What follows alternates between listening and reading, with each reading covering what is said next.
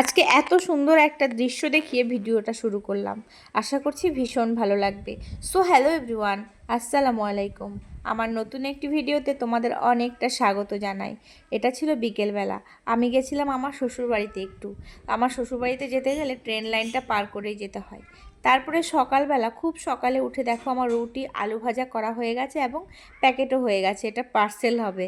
তারপরে এটা 6টা সাড়ে 6টার দিকে বেশ অনেকটাই পরিষ্কার হয়ে গেছে, তবে বৃষ্টি কিন্তু পড়ছে।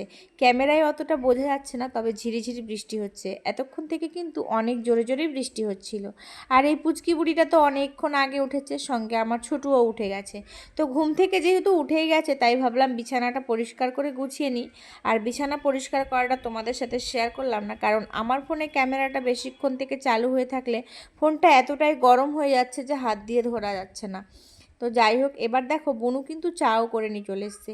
বুনু আসলে বা বুনু থাকলে কিন্তু এই সুবিধাগুলো ভীষণ ভালো হয়।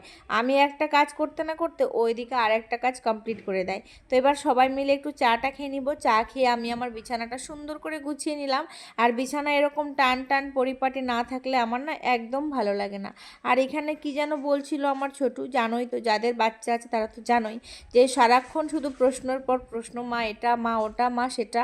তো এরকম তো হয়েই থাকে, ভীষণ কিন্তু ভালোও লাগে, তাই না? একটা সময় ওরা বড় হয়ে যাবে, অনেক সব কিছু জেনে যাবে, তখন কিন্তু মাকে এতটাও আর জিজ্ঞেস করবে না।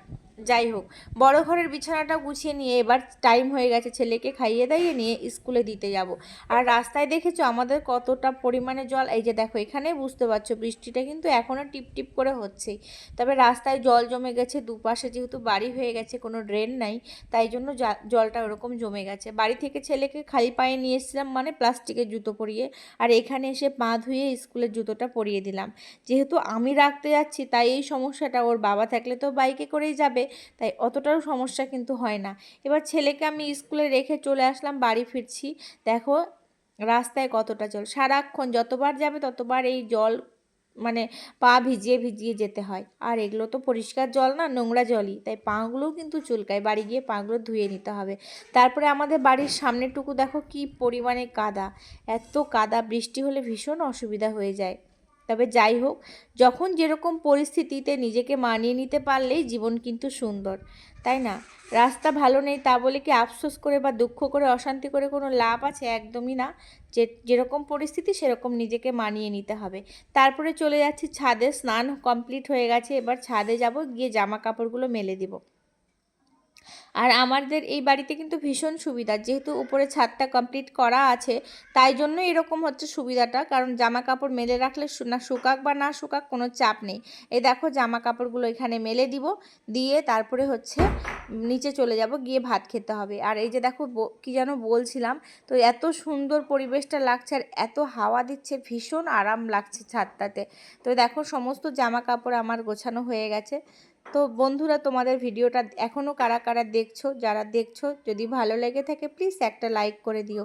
তোমাদের একটা ছোট্ট একটা লাইকে আমাকে পরে আর একটা নতুন ভিডিও বানাতে অনেকটা উৎসাহিত করবে। আর যারা আমার এই ধরনের ভিডিওগুলো পছন্দ করছো, তারা অবশ্যই আমার চ্যানেলটা সাবস্ক্রাইব করে আমার পাশে থেকো।